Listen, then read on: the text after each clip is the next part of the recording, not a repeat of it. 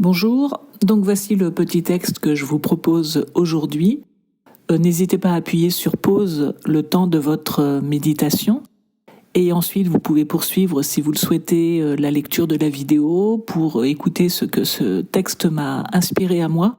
Mais vraiment, ce n'est pas une obligation, sentez-vous absolument libre. Le plus important, c'est vraiment ce que le texte vous dit à vous.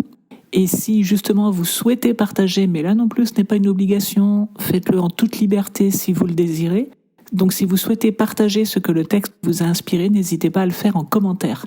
C'est vraiment toujours inspirant de voir à quel point l'Évangile parle à chacun de manière très personnelle. Donc n'hésitez pas. Bonne méditation.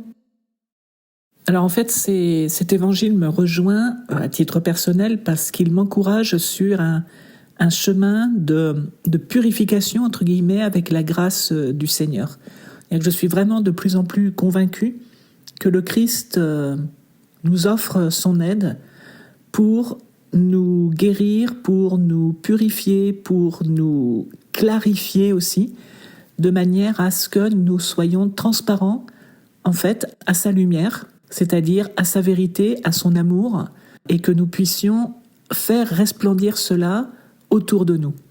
Mais pour ça, pour que cette lumière du Christ qui transmet l'amour, la miséricorde, le pardon, la compassion, la vérité aussi, la rectitude, l'honnêteté, la sincérité, pour que tout ça puisse rayonner autour de nous, il y a tout un travail intérieur de notre être qui se fait, et qui se fait, je pense, vraiment en demandant la grâce de Dieu pour le faire. Tout un travail d'élimination de tous les obstacles qui peuvent être liés à des blessures, à notre ego, à notre orgueil, à des zones d'ombre qui peuvent nous habiter, etc. Et pour moi, l'objectif de la vie spirituelle, et même de la vie tout court, parce qu'en fait, je pense qu'il n'y a pas vraiment de différence entre la vie spirituelle et la vie tout court. Jésus n'avait pas une vie spirituelle d'un côté et une vie non spirituelle de l'autre. Sa vie, elle était pleinement spirituelle. Donc je pense que l'objectif de la vie, en fait, avec le Christ, c'est d'arriver à ce travail de nettoyage, en quelque sorte, de purification, de guérison intérieure, pour pouvoir faire resplendir et rayonner sa lumière à lui, qui, je le répète, est une lumière qui apporte la vérité sur des situations, qui apporte l'amour, la compassion, le pardon, etc.